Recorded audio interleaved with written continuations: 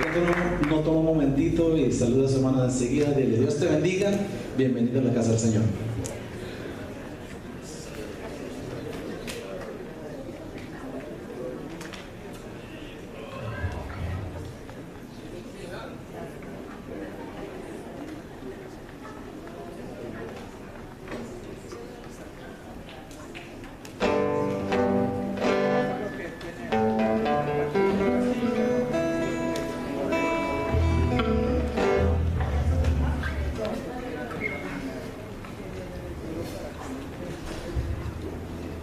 ¿Cuántos de aquí tienen $1 millón? No,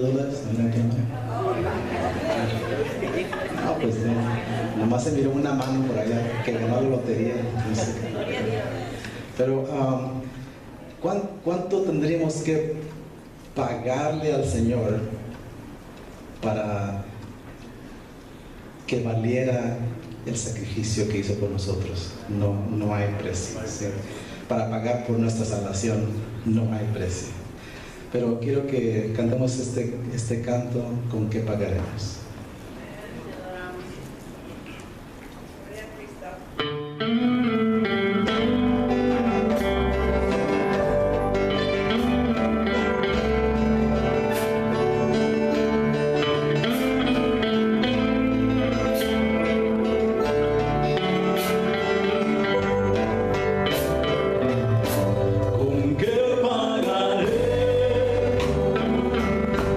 Amor tan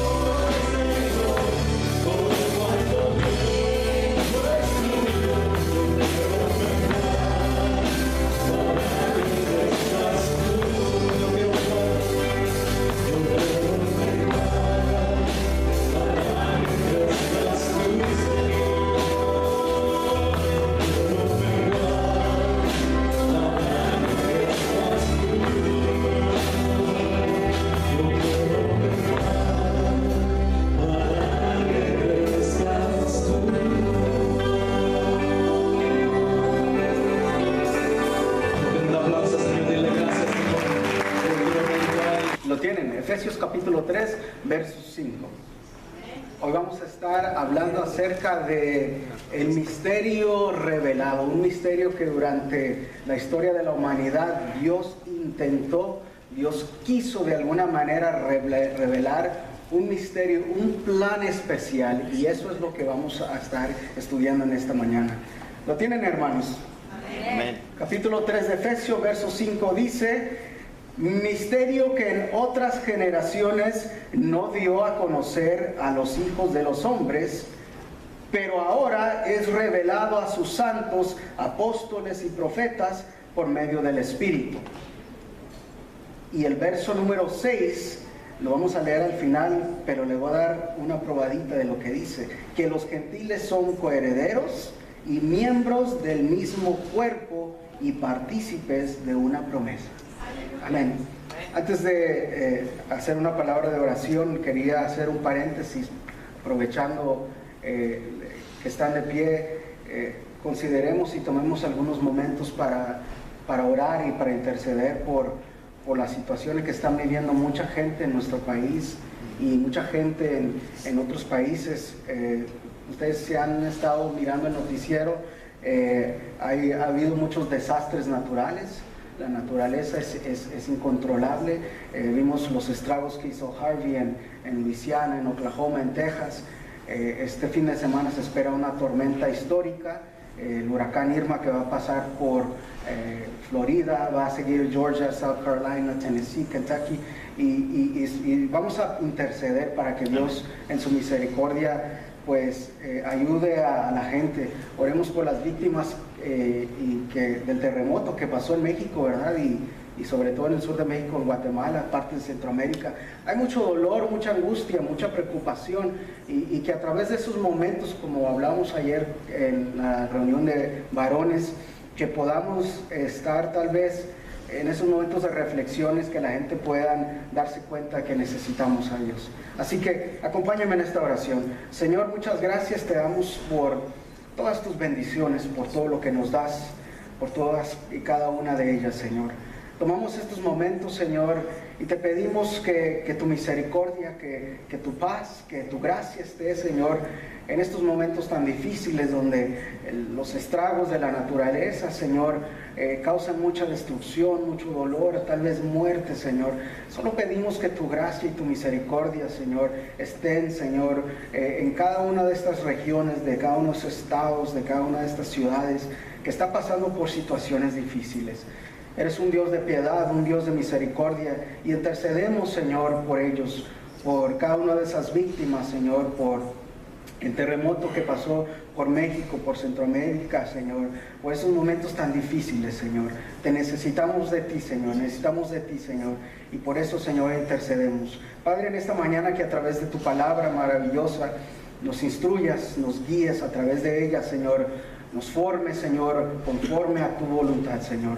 Te pido, Padre, que tomes nuestras mentes, que tomes nuestros corazones, Señor, y que estemos abiertos, disponibles, receptivos a tu palabra, Señor, y que a través de ella, Señor, tu Espíritu, Señor, traiga, Señor, edificación y bendición a tu pueblo.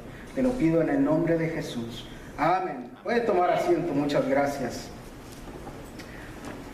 Durante la historia del ser humano, comenzando desde el libro de Génesis, Dios, en el momento que el hombre falló, que el hombre pecó, no nos dejó solos y no nos dejó hundirnos y destruirnos en ese pecado, sino que en el momento Él planeó y diseñó un plan maravilloso, en el cual Él nos iba a redimir, en el cual iba nuevamente a traer a la humanidad y convertirlos de ese pecado que causa estrago, que nos destruye. Y es en ese plan y en ese ingenio, porque Él es un arquitecto, empezó a diseñar un plan. Y ese plan, Pablo lo habla y lo toma la palabra como misterio, como algo oculto, como algo que no era revelado.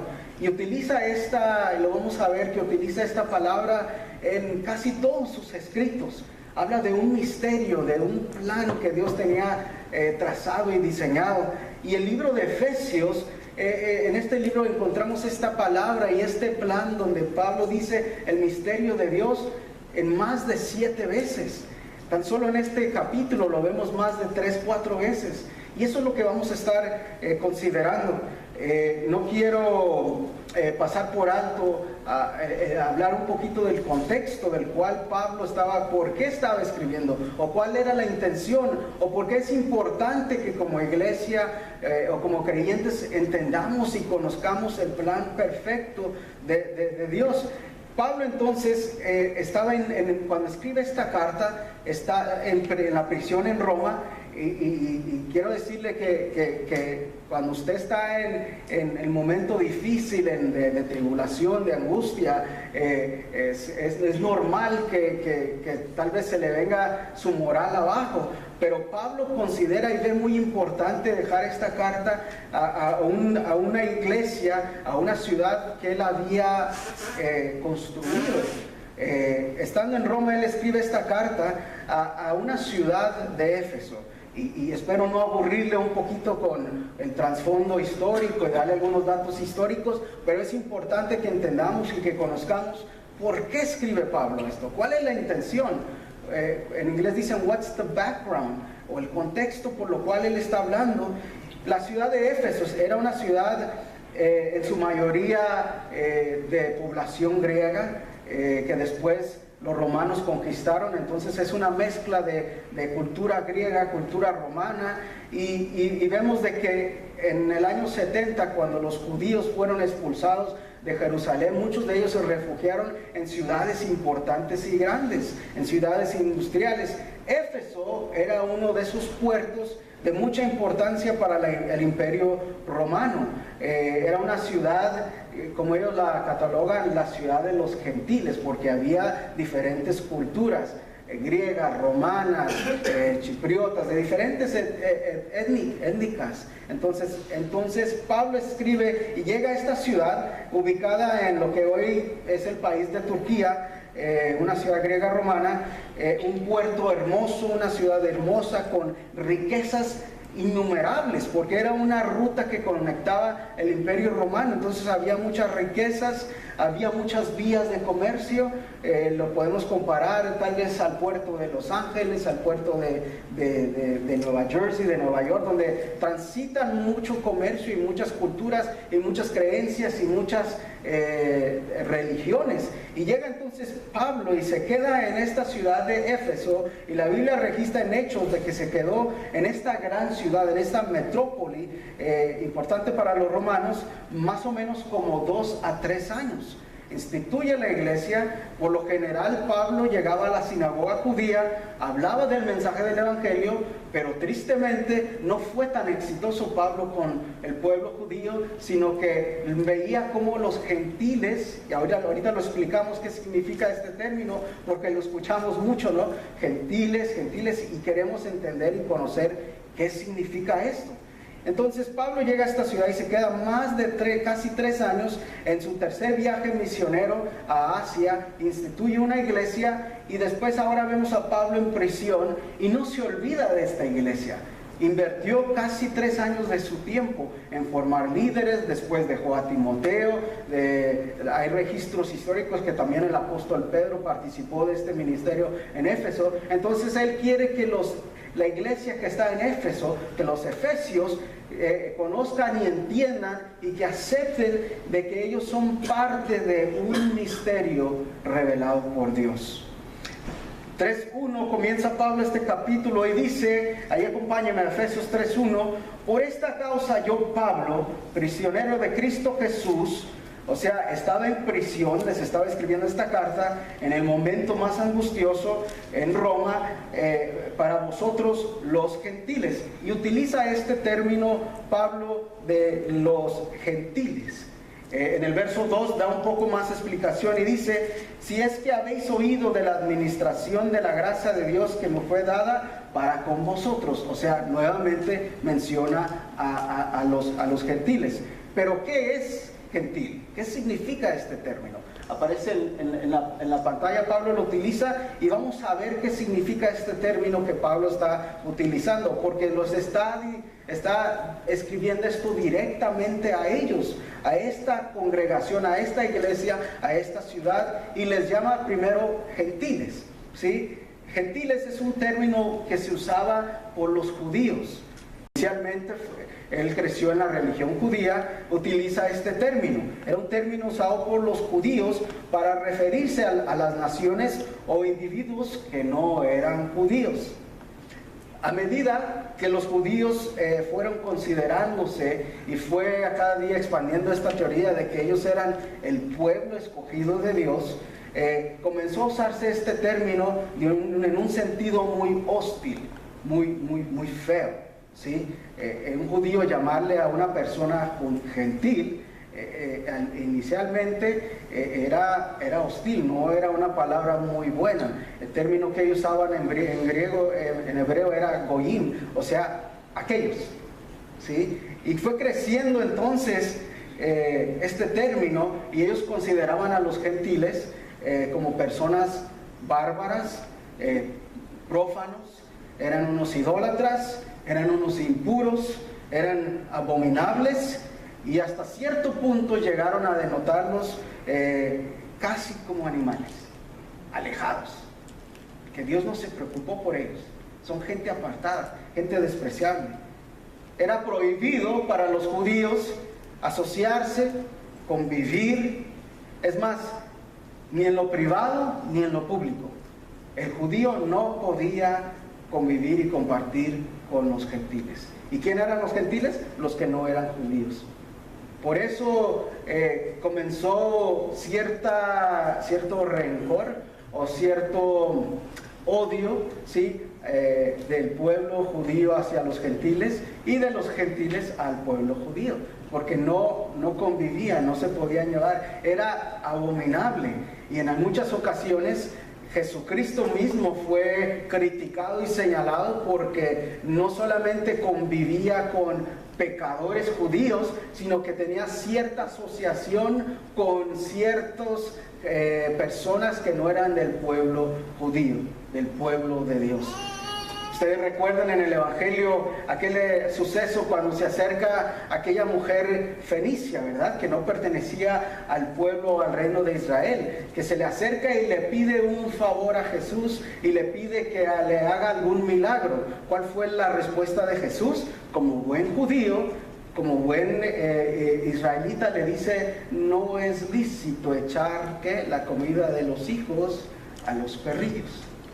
O sea, esta era la connotación y la influencia de cómo veía el pueblo judío a los gentiles, a los que no eran judíos. Pero qué sorpresa, ¿verdad? Qué grandeza de esta mujer que dijo: sí, Señor, pero hasta los perrillos, como tú lo has dicho, comen de las migajas de la mesa del amo. ¿Y qué fue lo que causó? Jesús se maravilló y se impactó y dijo: ni en todo Israel he visto una fe como esta mujer. Y le dijo: ve, y conforme has creído, se ha hecho. Ven, gloria a Dios. Sí. Esto fue un shock para los discípulos, porque Jesús ahora haciendo milagros entre a una persona que no era de su fe, de su raza, de su religión. Algo que causó tal vez mucha controversia en ellos. ¿Y qué estaba pasando? ¿Por qué estaba sucediendo esto? Hay un misterio de los gentiles. Hay un historiador, un cubano historiador, su nombre es Justo González, y él habla un poquito acerca del ministerio de los gentiles. ¿Y por qué estamos hablando y por qué es importante, iglesia, hablar de esto? Porque nosotros somos gentiles. En los ojos del pueblo judío seguimos siendo vistos con el ojo judío como personas no gratas, como personas impuras, como personas idólatras, tal vez abominables. Ese es por medio de ese ojo nos ve hasta ahorita todavía el pueblo judío. Y por eso Pablo ve la importancia y les recuerda y le incalca y toma estos siguiente capítulo para explicarle y darles a entender al pueblo y a aquellos éfesos que estaban siendo influenciados por diferentes religiones y culturas, y porque había un pueblo judío que tal vez había cierto antagonismo entre los judíos cristianos y los gentiles cristianos, y toma esto para que entiendan y conozcan y que vean su posición, de quién son, de cómo son y la importancia y qué papel jugamos en el plan perfecto y maravilloso de Dios. Un misterio que Dios comenzó a revelar. Justo González entonces escribe acerca de cómo comenzó el ministerio de los gentiles. Jesús, al comienzo y al dar su último mensaje, habla a aquellos discípulos y a aquellos creyentes en el libro de Hechos, en el capítulo número 1, y ellos estaban asustados. Jesús les había dicho: me tengo que ir. Y Señor, no te vayas, te necesitamos. Y Pablo, entonces Jesús habla en el capítulo número 1, verso 8 de Efesios: pero podéis cuando hayas venido sobre vosotros el Espíritu Santo, y me seréis testigos en Jerusalén, o sea, en la capital del pueblo judío, en toda Judea. Y después Jesús hace y comienza y dice unas palabras impactantes, porque Él dice: y en Samaria. Esto ya era un pueblo de una mezcla judía con griegos. Ya para los judíos los samaritanos eran gente que por tener cierta cultura griega eran ya también gentiles. Samaria de los gentiles le llamaban. O sea, en un término no muy bueno. Y Jesús dice: y seréis testigos no solo en Jerusalén, no solo en Judea, sino que iréis a Samaria. Y miren lo impactante y esta palabra profética que da Jesús: y hasta lo último de la tierra. El plan que Dios tenía y el plan que Jesús estaba dando en esta palabra profética era para alcanzar más allá de los límites del país de Israel o de Judea. Un misterio que Pablo dice: ¿cómo es posible? ¿Cómo es posible? Durante años y años Dios había intentado diseñar un plan a través del pueblo judío, a través de este pueblo que Él había escogido por una promesa que le había hecho a Abraham. Y ahora Él está hablando de que irán por todo el mundo, por todo el mundo. ¿Qué fue lo que pasó? A través de una persecución, la iglesia comenzó a crecer grande y fuertemente. La Biblia registra en Hechos que en los primeros 2 sermones que dio Pedro se convirtieron más de 8,000 personas. Esto es impactante. El plan y el misterio de Dios empezaba a revelarse, empezaba a cumplirse. Y vemos entonces a Pedro en Hechos capítulo 11, 17. Pedro entonces escucha que hay judíos cristianos que comenzaron por los momentos difíciles ahí de diferentes partes del mundo, y entonces Pedro comenzaba él a visitar más allá de los límites de Judea, y lo vemos que entonces comienza a salir a Jope, a Lida, estas áreas que eran de Samaria. Ahora lo vemos zarpando a Chipre, una isla, o Antioquia, que era Asia, y comenzó entonces él a hablar a los cristianos judíos que empezaron a salir a diferentes partes del mundo. Pero él se da cuenta, y este plan maravilloso de Dios comienza a desarrollarse ahí en Hechos, en el capítulo número 11, en el verso número 17. Pedro entonces, ya lo hemos hablado en algún otro sermón, ministrando en medio de cristianos judíos, pero ahora vienen gentiles tratando de escuchar este mensaje, porque el mensaje del evangelio era poderoso, era lleno de esperanza, sobre todo para un pueblo marginado, para la gente marginada que no tenía acceso, porque inclusive hablamos de que en el templo judío que había en Jerusalén estaba dividido en 3 secciones: la sección para los judíos hombres, la sección para las judías mujeres, y la sección donde los gentiles les permitían llegar solo hasta la puerta, no podían entrar al templo, era prohibido, no era bien visto. Era algo que usted podía ir a la cárcel si llegaba a entrar algún gentil adentro al santuario, al templo. Por eso vemos en una ocasión que Pablo lleva a un griego cristiano y vemos que él comenzó a enseñar en el templo y la gente se dio cuenta que era un griego, yo no sé si por su manera de hablar, su manera de vestir, y quisieron apedrear a Pablo. Por el simple hecho de cómo se atreve a meter un gentil al santuario o al templo divino. No era bien visto. Pedro se da cuenta. Y en estos viajes evangelísticos o misioneros que hace Pedro, comienza a darse cuenta de algo maravilloso. Hechos capítulo 11, verso 17 dice: si Dios pues les concedió también, hablando acerca de estos gentiles o no judíos, el mismo don que a nosotros, que hemos creído en Señor Jesucristo, ¿quién era yo que pudiese estorbar a Dios? Imposible ir en contra del plan divino redentor, de la gracia y del evangelio de Dios. Pedro se da cuenta, y lo vemos en el versículo número 18, ahí del capítulo 11 de Hechos. Entonces, oídas estas cosas, callaron, se maravillaron los judíos cristianos y glorificaron a Dios, diciendo: de manera que también a los gentiles Dios ha prometido, ha dado arrepentimiento para vida. Se comenzaron a dar cuenta. ¡Qué maravilloso, qué grandioso! En contra del plan y del poder divino de Dios era imposible. Ni su religión, ni sus creencias, ni cómo ellos habían sido creados, ni cómo ellos habían sido formados, se dieron cuenta que el plan de Dios redentor iba más allá de los límites de la fe judía. ¡Qué maravilloso! ¡Qué grandioso! Y Pablo entonces habla en el verso número 3 y 4, y dice que por la revelación que me fue declarada el misterio. Utiliza esta palabra.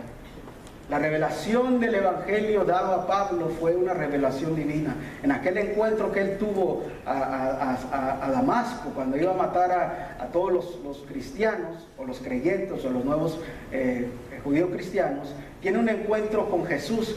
Y a través de una revelación directamente de Jesús, Pablo recibe el evangelio. Por eso él dice un misterio, como antes lo he escrito brevemente. O sea, no es la primera vez que Pablo habla o intenta de inculcar esto, descifrar, de aclarar este misterio. Ya lo había hecho. Leyendo lo cual podéis entender cuál sea mi conocimiento en el misterio de Cristo. Verso 5, que ya lo leímos: misterio que en otras generaciones no se dio a conocer a los hijos de los hombres, pero como ahora es revelado a los santos apóstoles y profetas a través del Espíritu Santo. ¿Qué quiere decir esta palabra que Pablo utiliza?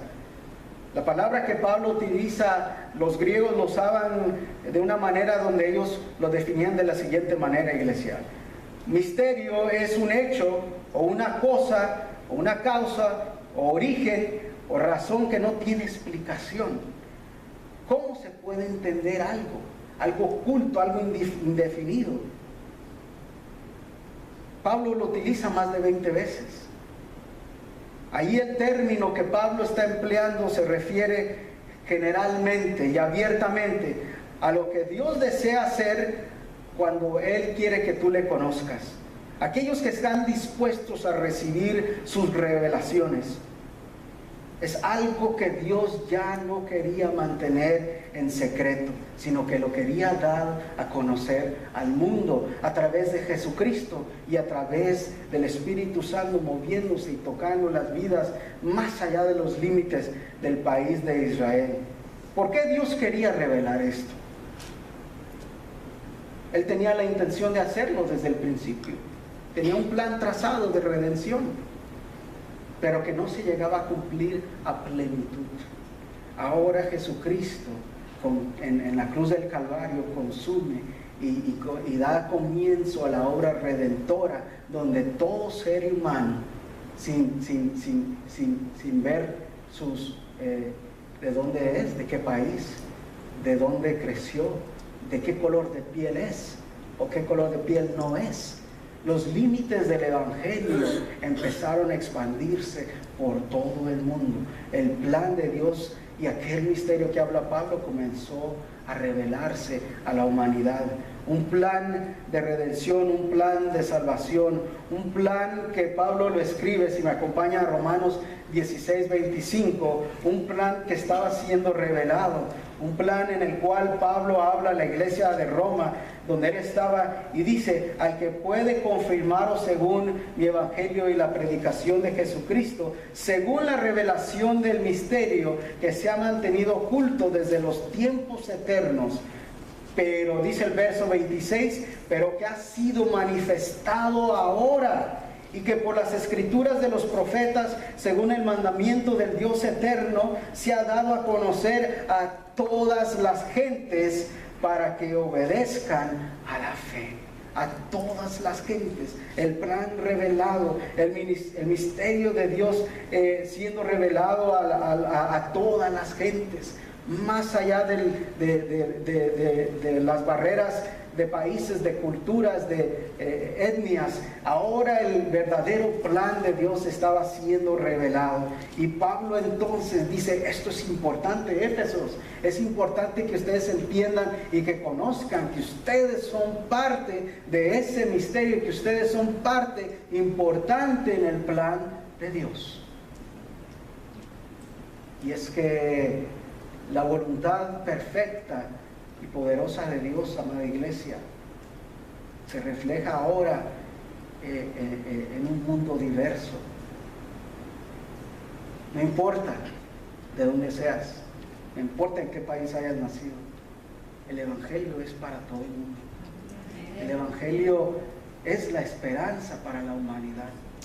No una religión, no una denominación. Un Evangelio del cual Jesucristo es el autor y consumador, y la piedra aquella perfecta en el plan perfecto y divino de Dios. Colosenses 1:26, Pablo nuevamente hablando de este misterio, dice, Colosenses 1:26, el misterio que había estado oculto, nuevamente lo dice y lo describe, desde los siglos y edades, pero ahora ha sido manifestado a sus santos, a quienes Dios quiso dar a conocer las riquezas de la gloria de este misterio entre los gentiles, que es Cristo en vosotros. Escuche esto: la esperanza de gloria, y a quien anunciamos y amonestamos. Los gentiles ahora, aquel sector del mundo, aquel gran y mayoría sector del mundo, es alcanzado. Y es la intención de Dios alcanzarlos. Capítulos 3, ahí mismo en Efesios, en el verso número 6, Pablo habla y dice, y esto es para nosotros. Y esta es la importancia de este capítulo y el corazón de esta carta escrita de instrucción a estos efesios. Que los gentiles, escuche esto, porque ya vimos la definición de gentiles. Usted y yo somos gentiles, no somos judíos ni de raza, ni de religión, ni de etnia, creo, no sé, la mayoría de nosotros no lo somos. Pero dice Pablo que los gentiles, o sea nosotros, escuche esto, es muy importante. Si se puede llevar algo con usted en esta mañana, son estos siguientes beneficios, estas bendiciones en las cuales Pablo toma para que nosotros entendamos que los gentiles son coherederos, que los gentiles son miembros de un mismo cuerpo, que los gentiles somos, escucha esto, partícipes de la promesa en Cristo Jesús por medio de su evangelio. ¿Qué significa esto?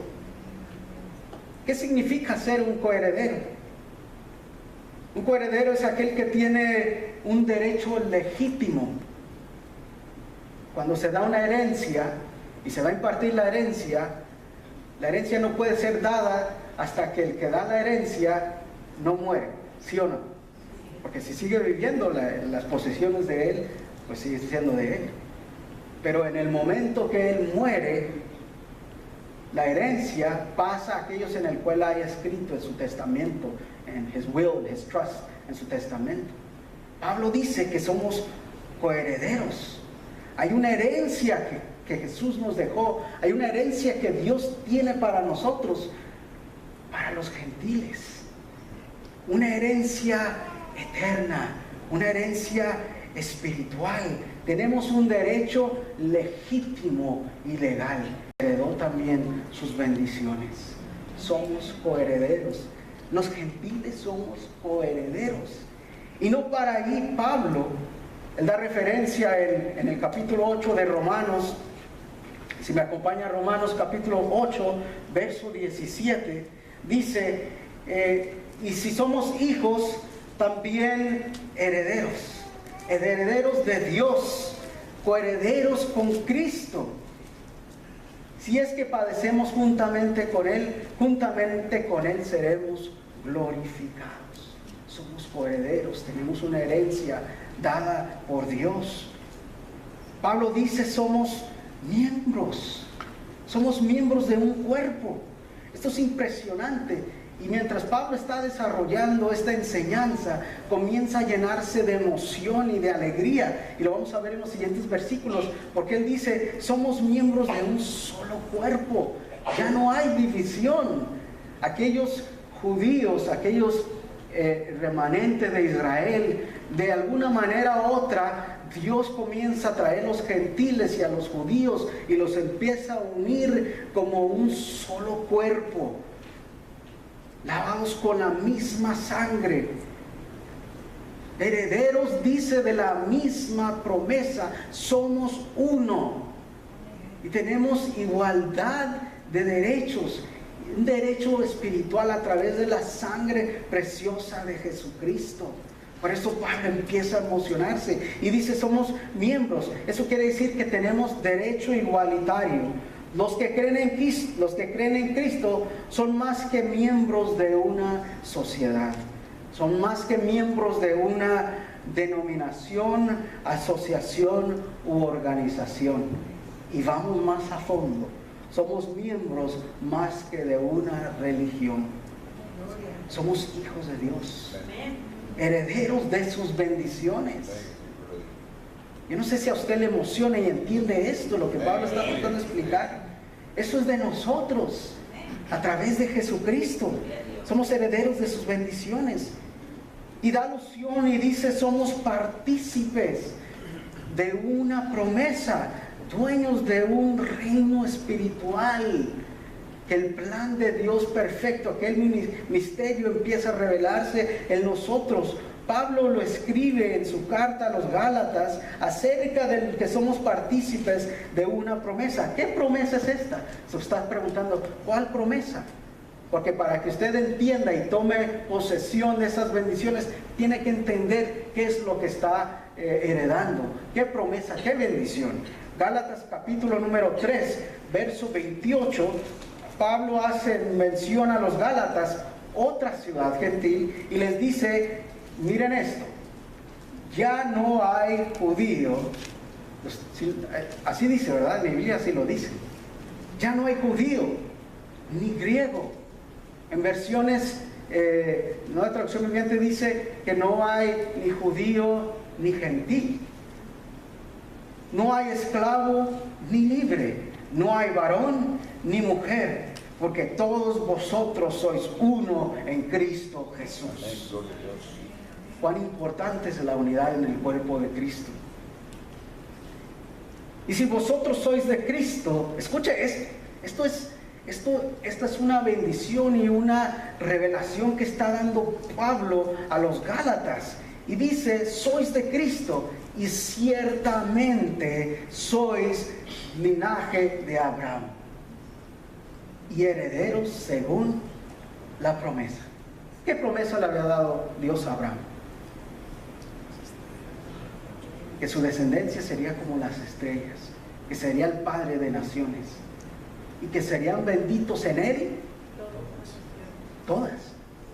No solo Israel, no solo los judíos. Dios le dijo, a través de ti serán benditas todas las naciones. El plan perfecto de Dios revelándose a Abraham, y le da una promesa y le dijo, si me sigues, si soy tu Dios, te bendeciré y te bendeciré tu descendencia. Y le da esa promesa que a través de la fe de Abraham, a través de esa herencia de la promesa de la fe de Abraham, nosotros también somos hijos. Tal vez no genéticamente, pero espiritualmente, que es más importante. ¿Sí? Somos hijos de la promesa.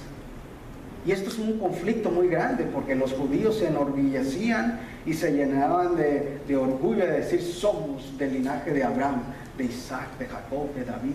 En una ocasión confrontan a Jesús y Jesús les dijo, si me conocerán seráis verdaderamente libres. Y ellos le dijeron, ¿cómo te atreves a decir esto? Somos del linaje de Abraham, somos hijos de Abraham. Y la contestación de Jesús fue fuerte, fue directa.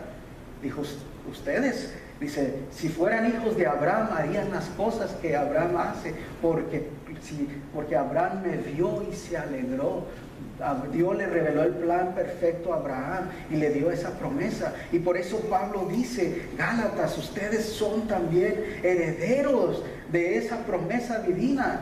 Son partícipes, son miembros, son coherederos de esa misma promesa, es para ustedes. Por eso Pablo se llena de emoción y es impactado ante esto y quiere que ellos entiendan, que conozcan, que lo acepten y sobre todo que lo lleven a cabo en sus vidas. Cuán hermosa herencia tenemos. Y qué grandioso este evangelio, que es capaz de romper con toda barrera, con todo puente, con todas barreras que había puesto el ser humano. El evangelio fue capaz. Por eso Pablo escribe en Romanos capítulo 1, verso 16. Dice, porque no me avergüenzo del evangelio, porque es poder de Dios. Es poder al judío primero y también al griego, también al gentil. El poder del evangelio es trascendente. Este es entonces el ministerio revelado por Dios a los gentiles. Y Pablo quiere que los efesios, y quiere Pablo que nosotros entendamos de qué son estos beneficios. ¿Quién eres para Dios? ¿Qué significas para Dios? ¿Qué parte tienes tú en el plan y el misterio que habla Pablo?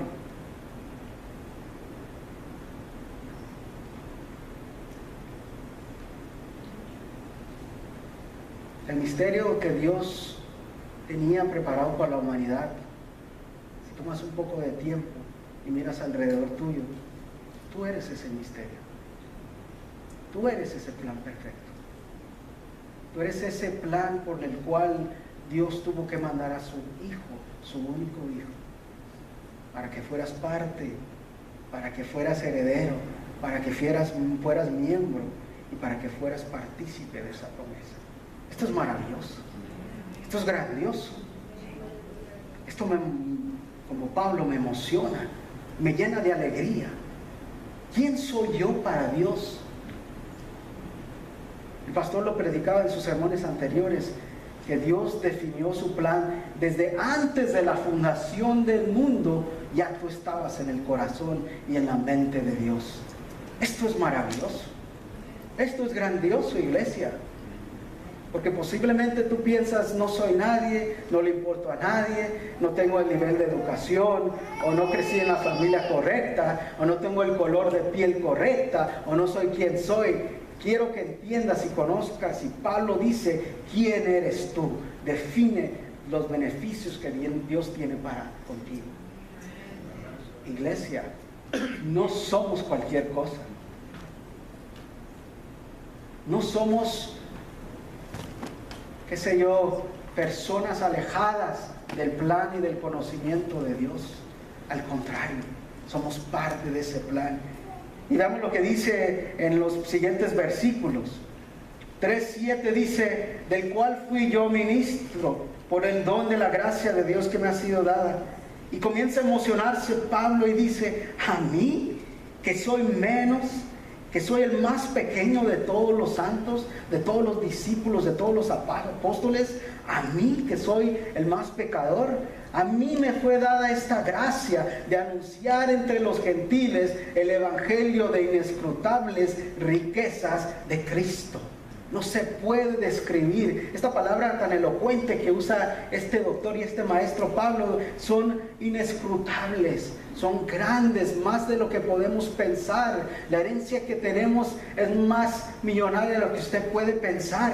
Y comienza a emocionarse, dice, y de aclarar a todos cuál sea la dispensación del misterio escondido de los siglos en Dios, creó todas las cosas, para que la multiforme sabiduría de Dios sea ahora dada a conocer. Escuche esto, porque ahí viene usted, allí encaja usted, y esto tiene que ver con usted, por medio de la iglesia, a los principados y a los potestades en lugares celestiales. Usted es parte de esa iglesia. La iglesia no es el edificio físico, ¿verdad? No es eso, somos nosotros. Somos nosotros. Y Pablo dice, y comienza a emocionarse, dice, nosotros somos parte como iglesia, y por medio de la iglesia y por medio del evangelio el misterio es revelado. Tú eres el misterio revelado. Los gentiles, los judíos, ahora en la humanidad como una sola, y la intención de Dios es traer su plan perfecto a todo el mundo, porque Él no quiere que nadie perezca, en un solo cuerpo, en un solo sentir. Pablo termina el verso 11 y dice, conforme el propósito eterno, quiere decir que desde antes de la fundación del tiempo, quiso en Cristo Jesús, nuestro Señor Jesucristo, en quien tenemos, escuche esto, seguridad y acceso con confianza por medio de la fe en Él. Y por eso Pablo dice, por eso, cuando tú entiendas quién eres en Dios y cuánto significas para Dios y cuánto encajas en este misterio, en este plan de Dios, lo dice en el verso 13, por lo cual pido que no desmayes. Y lo les recuerda, a través de mis tribulaciones por vosotros, las cuales son vuestra gloria. Dijo, aunque esté prisionero, aunque esté atribulado y aunque esté pasando por situaciones difíciles, no quiero que desmayéis, más bien que conozcas quién eres tú para Dios. Si llegáramos a entender estos beneficios, estas bendiciones que Dios tiene para con nosotros, miraríamos este evangelio y nuestras vidas espirituales fueran diferentes. Y tal vez nos comportaríamos diferentes. Y tal vez nuestra devoción hacia Dios fuera diferente. Pueblo gentil. Ahora dice Pablo, no hay judíos, no hay griegos, no hay romanos. Ahora no está esto destinado para solamente los salvadoreños, o los mexicanos, o los nicaragüenses, o los colombianos, o los hondureños, o los europeos, o los africanos, o los asiáticos. El plan de Dios de redención es para todo el mundo. Amén, gloria a Dios. Somos coherederos, somos miembros, somos partícipes de esa promesa. ¿Cuántos de verdad entienden esto? Amén, gloria a Dios. Si se puede llevar esto a su casa, sería maravilloso. ¿Quién soy en Dios? Dice Pablo que siendo aún pecadores, aún siendo de lo más vil, de lo peor, los capítulos anteriores de Éfeso, Pablo les explica a los efesios quiénes eran. Eran insignificantes, eran unos borrachos, eran unos adúlteros, eran gente despreciable, eran unos gentiles, pero que ahora en Cristo vienen a ser nuevas criaturas, un pueblo, como dice Pedro, porque Pedro le costó entender esto y este plan de Dios, y por eso él lo escribe en Primera de Pedro, ahora escribiendo a los creyentes, judíos o no judíos, dice, somos un pueblo escogido, un real sacerdocio, una nación santa. Esto es quien somos en Dios. Ahí donde estás, Vamos a tomar unos minutos, tal vez para reflexionar y pensar y absorber esto que Dios tiene para nosotros en esta mañana. Y no solamente en esta reflexión y en estos momentos, sino acéptala. Acepta quién eres en Dios y que eres parte de un plan perfecto de Dios. Y que hay un propósito específico y claro y definido de Dios para tu vida. Eres su heredero. Eres miembro de su cuerpo. Eres partícipe. Eres su hermano. Dice Jesús, ya no sois mis siervos, sois mis hermanos. Sois mis amigos. Eso eres tú, iglesia, para Dios. Por eso Pablo toma en este capítulo número 3 para explicarles a los éfesos, para que estén firmes en sus convicciones, en su fe, y que no te sientas menos, sino al contrario, que te sientas de una manera receptible a lo que Dios tiene para contigo. Señor, muchas gracias en esta mañana. Si los músicos pasan, me acompañan con alabanza. Muchas gracias, Señor, por esta palabra tan maravillosa. Qué bendición, Señor. Qué maravilloso pensar que desde antes de la fundación del mundo, que desde que inició este plan de redención, pusiste tus ojos en mí. Pusiste tus ojos en un pueblo que, Señor, fuimos adoptados, pero que ahora somos, como dice tu palabra, coherederos, hijos adoptivos de Dios. No somos dignos, Señor. Somos pecadores y te fallamos. Pero qué lindo, Señor, es saber que a través de tu santa y bendita palabra nos muestras y nos revelas tu plan divino, tu misterio, Señor, que fue escondido durante muchas generaciones. Señor, te pido por cada uno de mis hermanos.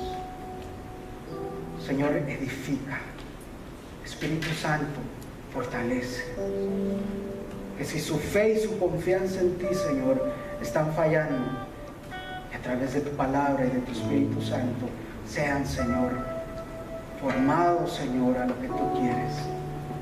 Señor, ministra los corazones, ministra las mentes de tu pueblo. Espíritu Santo, ministra a tu pueblo. Trae convicción, Señor, seguridad, confianza. Somos herederos, miembros con acceso directo, no porque lo merezcamos, Señor, ni porque seamos dignos, sino porque es la maravillosa y santa sangre redentora de tu Hijo Jesús. Gracias, Señor, por tu evangelio. Gracias por alcanzarnos. Sigue alcanzando, Señor. Sigue ministrando, Señor. Gracias, Señor. En el nombre de Jesús.